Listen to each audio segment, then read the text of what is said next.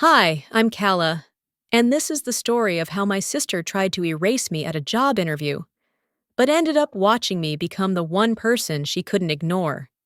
They handed me a pen like they were daring me to use it, then tore my test in half without even reading a word. But what they didn't know was that I wasn't there to ask for a seat anymore. I had already built the table. Before we go any further, tell me, have you ever been ignored and looked down upon by your own sister like I am now? If so, comment 1. If not, comment 0. This is one family drama you won't want to miss. The chair they left for me was slightly off-center, like even the furniture knew I didn't belong. I stepped into the room, heels barely making a sound against the polished floor, but the hush that fell made it feel like I'd shouted.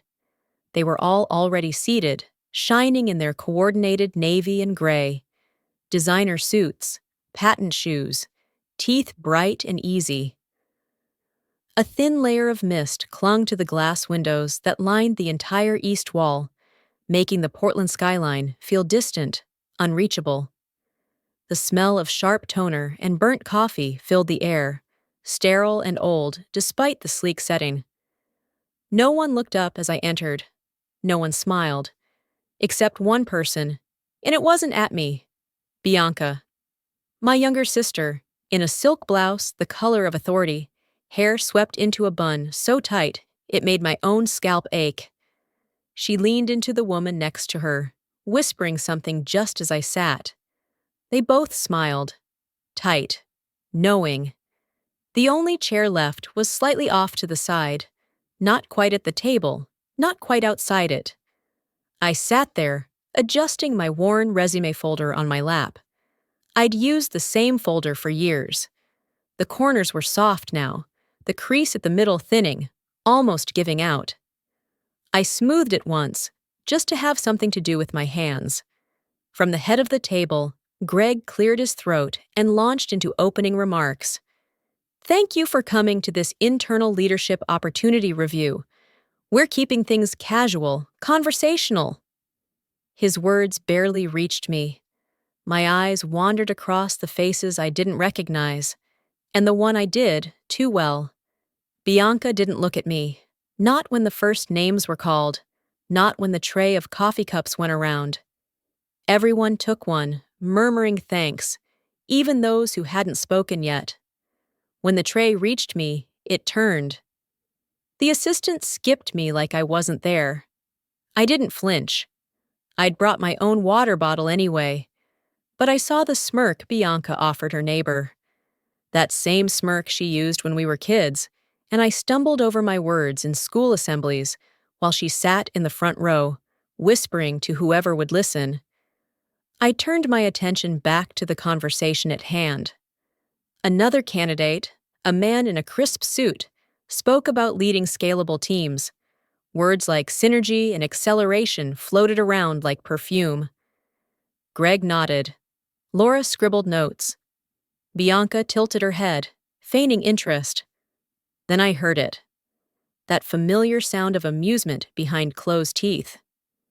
She's still dressing like she shops in clearance bins. It wasn't loud, but it was enough. The woman next to Bianca didn't even try to hide her chuckle. I stared straight ahead, willing my face not to show anything. My cheeks burned anyway. My folder felt heavier in my lap, like it knew this was a room I'd never be invited to join.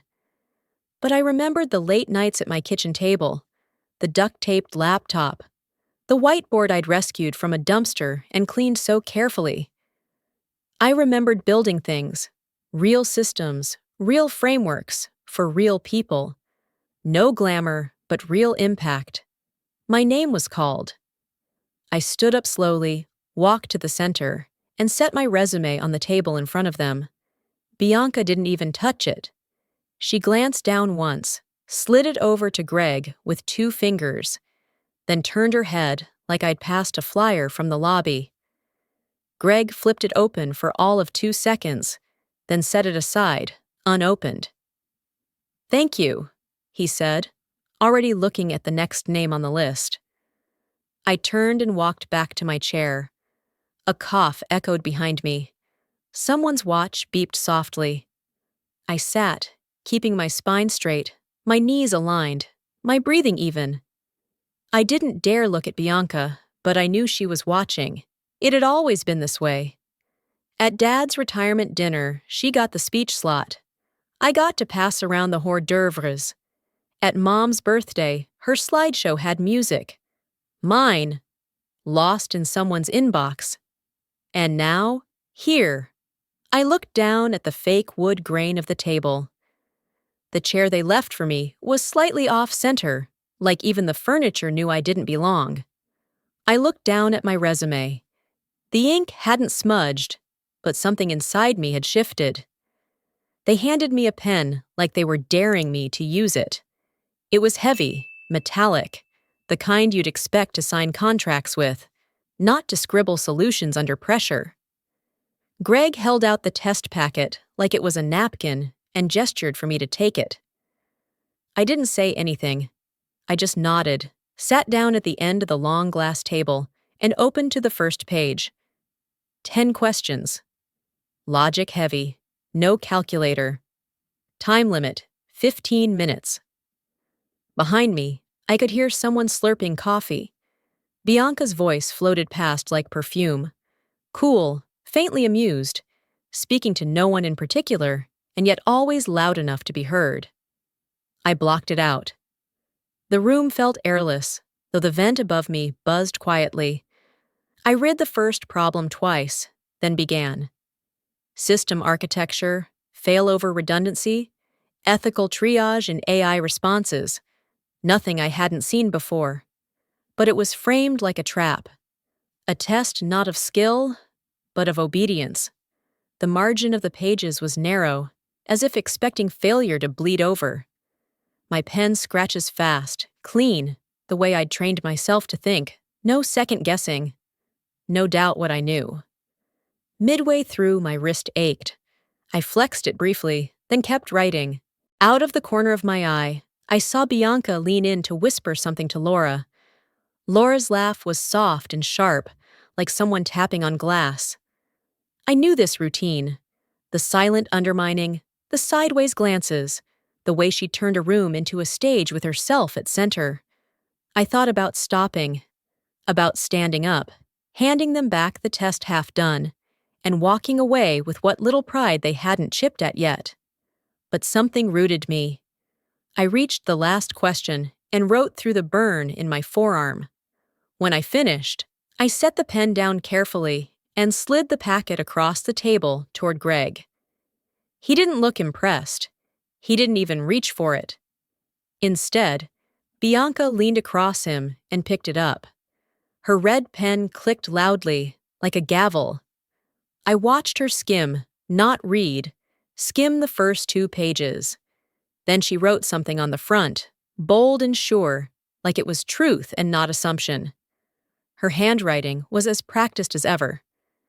Wrong major, wrong look, wrong fit. The words bled through faintly, staining the next page like old wine. She slid the packet back across the table and folded her arms. Greg didn't laugh, but the edge of his mouth twitched. I stared at the paper. I didn't reach for it. I led an AI ethics redesign last quarter, I said quietly. Reduced processing lag by over 30%. 2 mid-level platforms now use that framework. I didn't look at Bianca. I didn't need to. She let out a breath that sounded almost like a sigh. Still chasing those little dream projects, huh? Her tone was syrupy, performative. While I was presenting in London, you were still uploading to resume sites. A chuckle behind me. One of the assistants. I didn't turn to see who. Greg finally spoke. That's nice, but we've seen enough. The red ink was still drying. Bianca didn't look at me anymore. She didn't have to. She'd played her part. The verdict had been passed. My worth was reduced to 3 lines and an unspoken decision. I sat still, my hands in my lap, my breath even. I remembered the birthday 2 years ago when Bianca accidentally forwarded my client's pitch to a rival firm. I'd cried in the bathroom while she toasted innovation over cake. I remembered Mom saying, "You're kind, Calla." Maybe that's what you bring to the world. Like kindness was a consolation prize. I reached for the packet and folded it, once, then again. Clean lines, tight creases. My fingers didn't shake. Then I stood. The panel said nothing. I walked to the door, opened it, and stepped into the hallway. I could have left. I should have. But I didn't. I walked to the reception desk, where the same assistant who'd passed me over for coffee blinked up at me.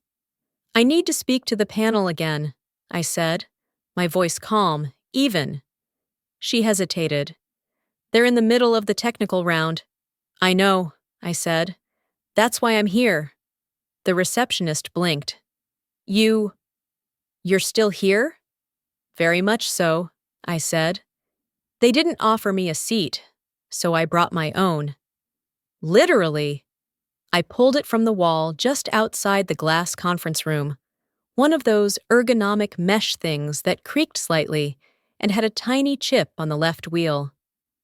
I rolled it in myself, nodded once to the stunned assistant, and sat down at the far end of the table like I had every right to be there. Because I did. The room had changed since I left. Or maybe I had. Their surprise didn't rattle me anymore. Even Bianca, who had her signature smirk half-loaded, faltered when I settled into place without flinching. Her pen stilled mid-tap. Greg leaned back, arms folded, a smug grin teasing the corner of his mouth.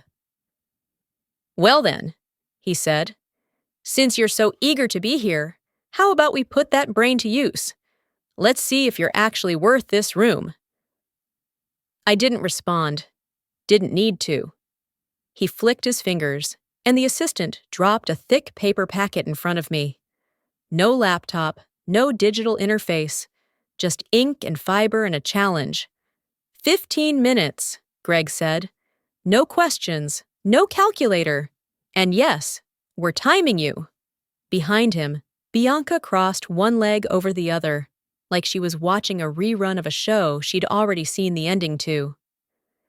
I didn't look at her. I just picked up the pen and started. 10 pages. Systems logic, ethical constraints, dynamic conflict scenarios, all disguised under layers of corporate jargon meant to confuse more than clarify. But I saw the pattern. Always had. The shape beneath the noise. Every second ticked like thunder in my chest, but I didn't pause. My handwriting stayed clean, deliberate. I didn't correct, didn't backtrack. This wasn't about performing for them anymore. It was about proving something to myself, that I was never the problem. Just their mirror, and they didn't like what they saw. When I reached the final page, my wrist aches and my back was tight, but I breathed slowly, pushed the packet across the table, and leaned back. Greg didn't even glance at the work. He picked it up and, with a little flourish, tore it in half. Clean, deliberate, theatrical. The silence that followed rang louder than any insult. Paper scraps fluttered to the floor like confetti at a cruel celebration. "Incredible penmanship," he muttered. "But we don't hire fiction writers." I didn't blink.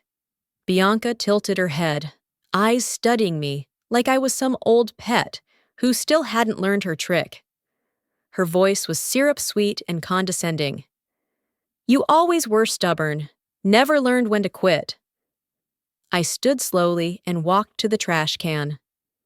One by one, I picked up the torn pieces, not to preserve them, but to remember. The weight of silence, the texture of dismissal, the ink bleeding into paper like bruises. No one moved to stop me. Then a pointed toe flicked one of the last scraps away. It skidded under a chair. I looked up. Bianca's heel pinned it near the leg of her chair. Her voice, just above a whisper, was sharp enough to cut glass. Still crawling for approval? Maybe she expected tears, or anger, or retreat, but I smiled, not out of triumph, out of clarity. I walked out of that room again, but this time I wasn't chasing air. I wasn't wondering if I should have said more, begged harder, warned something else. The sky outside had turned that cold steel blue Portland was known for, restless and ready to rain. I didn't care. I walked 2 blocks, heels steady, until I reached the cafe I knew too well, the one with the sticky floors and burnt espresso. I ordered a drip coffee I had no intention of drinking and took the corner seat by the fogged-up window. The folder was still in my hand, the one they'd tried to make feel like a joke. I opened it slowly, staring at the red ink bleeding through the top sheet. Unqualified. Sure. I remembered every unpaid internship, every freelance gig where I coded until my fingers cramped. Every time Mom had said, "Bianca just fits better in the world, sweetheart. You're more gentle." I traced the edge of the paper. Then my phone buzzed. A text from Gavin. "Did you walk out, or are you still fighting?" I stared at it, then typed, "Still here." 3 dots blinked. Then his reply, "Good. Open the door again. Let them see who you are." I stood, folded the resume again, and walked out. Back into the building, back into the story they tried to write me out of. The receptionist blinked at me again. "Miss Winslow, I'm here for the open assessment round," I said, buttoning my coat like armor. And I walked past her. They didn't offer me a seat, so I brought my own. I'm not respected in my family. How does it feel to be ignored and looked down upon when applying for a job at my sister's company? If you sympathize with me, please leave a comment number 9 in the comment section below. Now, let's get to the next development of this story. In every family photo, she stood in the center, chin up. I was the one half-cropped in the corner, holding someone else's purse. I used to think it was a coincidence. Maybe the angle, maybe the frame, maybe I just leaned the wrong way. But after enough years, you start to see the pattern. The framing wasn't the problem. It was the intent. Bianca always knew how to occupy space. I knew how to disappear. Back at the Storm CP boardroom, the air had changed. The edges weren't as sharp. Greg still played with his pen like it was a drumstick, but his knee had started bouncing. Laura's notepad sat untouched for the first time all day. And Bianca was still. Too still. Gavin entered without ceremony. No introduction, no clearance. He didn't need either. He walked straight to the front of the room, opened the folder I'd left, and began to lay the pages out like puzzle pieces. "This," he said, voice low and even, "is the system architecture you've been licensing for 18 months. Greg leaned forward, frowning. "That's ours." "No," Gavin said simply. "It's hers." He pointed to me. I didn't flinch, didn't move. I could feel Bianca watching me, but I didn't turn. Gavin continued. "You've used her white-labeled model since 2021. Half this room's performance metrics were built on the ethics module she wrote." Silence. I expected defense, excuses, but none came. Laura finally spoke. "If that's true, then how—" "We're pulling up interview footage," Gavin interrupted. "Compliance requested it." Bianca's chair creaked. "That's unnecessary." But Gavin ignored her. A screen lit up. The video began to play. I watched myself enter the room earlier that day, resume in hand. I watched Bianca glance past me, the coffee tray skip me, Greg's amused smile when he thought I wasn't listening. Every small cruelty magnified. Then came the red pen. The words across my page. "Wrong major, wrong look, wrong fit." The room stiffened. No one laughed this time. I didn't know what expression was on my face. I only knew I was no longer shrinking. Gavin let the clip run until Bianca whispered, "Still dressing like she shops clearance bins." He paused the video. "I believe that concludes our review," he said. "Now we evaluate conduct." Greg swallowed hard. "Look, this was informal." Gavin turned, finally meeting Bianca's eyes. "Anything you'd like to add?" Her voice came out thinner than usual. "I didn't mean to sabotage." "But you did," he said. "Not just today, years ago." And then he laid out the second piece of evidence, a printout of an HR audit. My name, from a 2019 applicant file, with notes. Displays resistance to feedback. Not a cultural fit. Unpredictable collaboration history. "Whose login added these?" Gavin asked, though we already knew. Bianca didn't answer. Gavin's tone was colder now. "You altered internal records. You attempted to block advancement through undocumented character assessments. Do you know what that's called?" Bianca's lips parted, but no words came. At that moment, across town, my mother sat in her kitchen. She had the email open. Gavin had sent it just before he entered the room. The subject line read, "Your daughter's work deserves to be seen." I didn't know then what part of her believed it, but I like to think she stared at it longer than she meant to, that she read my name slowly, that she saw the document attached with a watermark that couldn't be faked. At that moment, she reached across the counter, past the half-eaten toast and cooling tea, and pulled a drawer open.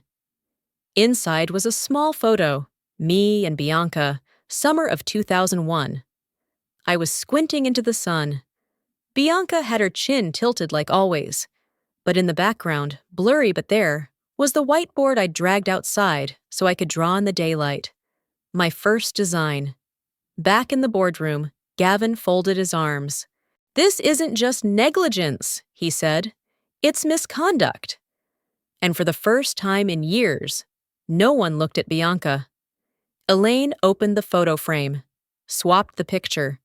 She placed the old one aside. The people who once chuckled at me now cleared their throats when I walked past. It wasn't grand. No standing ovations. Just small shifts. Shoulders stiffening, heads lowering, eye contact suddenly respectful.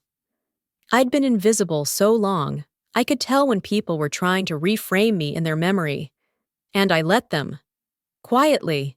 HR had tried to spin it as an exciting promotion. "Your leadership has been underutilized," they said, like it was a clerical error, not years of intentional exclusion. They offered the top floor, a room with triple-paned glass and a view of the Willamette. But I asked for a desk at 12. Closer to the product teams, near the real work. I didn't need more windows, I just needed less distance. I unpacked slowly. My desk was modest. 2 monitors, a docking station, a chipped ceramic pencil holder someone had clearly left behind. I placed my laptop, then reached into my bag and pulled out the folded resume. The same one Bianca had scrawled over. I had taped it back together the night before, not to restore it, but to reclaim it. It still bore the faint shadow of red ink across the front. I didn't hang it, not yet. I let it sit, edges uneven, like a scar that had finally stopped aching. Around 10, I wandered downstairs to the cafe in the lobby. The floor was scuffed. The espresso always tasted a little burnt, and the register still flickers when someone taps too hard. But I liked it. It reminded me of the kind of place you could exist in without performance. I was waiting for my coffee when I heard it. "Are you the one who told me to apply?" I turned, surprised, and saw her. Naomi Dorsey. I remembered the name before I placed the face. Her voice was tentative, but not small. She had grown into herself a bit since the last time I saw her. Still looked like she was holding her breath, but now it seemed more like concentration than fear. "I think so. I said. "We spoke in the hallway last year. You were shadowing a QA team." She nodded quickly. "You told me I belonged here, even when I wasn't sure." I blinked. That hallway conversation had lasted barely 2 minutes. She'd asked me if internships ever led to real jobs. I told her not to wait for permission. She dug into her bag, fumbled, then pulled out a neatly folded square of paper. When she opened it, I recognized my own rushed handwriting. "Don't wait for doors to open, build the hinge yourself." "You wrote it on a napkin," she said. I kept it. I stared at it longer than I meant to. Then I smiled. "Looks like you did more than keep it." "I got called back for compliance systems," she said, and then added, a little breathless, "I start next Monday." I nodded. "That's good, you earned it." Naomi paused, then said quietly, "I almost didn't come today. After the things I heard upstairs, about what they did to you, I thought maybe this place hadn't changed at all. But then I saw you, calm, still here, and I thought, if she's staying, maybe I can too." The cafe's fluorescent lights buzzed overhead. The woman at the counter called out someone's name wrong, again. Outside, the rain had stopped, but the sidewalk still reflected the clouds. "You saw me," she said, "when I couldn't see myself." For a moment, I didn't answer. My throat caught in a way I hadn't expected. There'd been so many times I wondered if any of it, the working through weekends, the staying silent in meetings, the being nice, had even mattered. "Just like I once needed someone to do for me," I finally said. She smiled, not with certainty, but with that soft kind of belief that settles in slowly. I asked if she had a few minutes. She nodded. We sat at the corner table, the same one I had collapsed into after my interview disaster. I told her a little more, not about Bianca or red pens or shredded papers, but about how long it takes to trust your own voice in rooms that tell you not to. She listened like someone who didn't want to miss a word. Before we left, she tucked the paper back into her bag like it was made of something stronger than ink. Back upstairs, the buzz of work resumed around me. Someone spilled coffee near the server cabinet. Someone else yelled across the room about a deadline. And in the middle of it all, I sat at my new desk, opened my email, and answered a request to review an ethics model draft. This time, under my actual title. I wasn't there to be anyone's inspiration, but somehow I'd become proof that showing up and staying, when they expect you to shrink, can be its own form of quiet resistance. They said I'd always be beneath her. Turns out, I just stopped standing in her shadow. The morning after everything unraveled, Portland felt softer. It had rained during the night, the kind that doesn't storm, just murmurs. By the time I reached the office, the sidewalks were still damp, but the air had that crisp post-storm clarity I'd always loved. I took the long way in, circling past the city park with its sagging benches and gold-tipped leaves. A man walked his beagle in a faded jacket. A child chased after a squirrel near the fountain. No one was rushing. It felt like the city had exhaled. And for once, I didn't feel like I was late to something. At my desk, I unpacked slowly. The torn resume, now taped and refolded, rested in my drawer, but I didn't open it yet.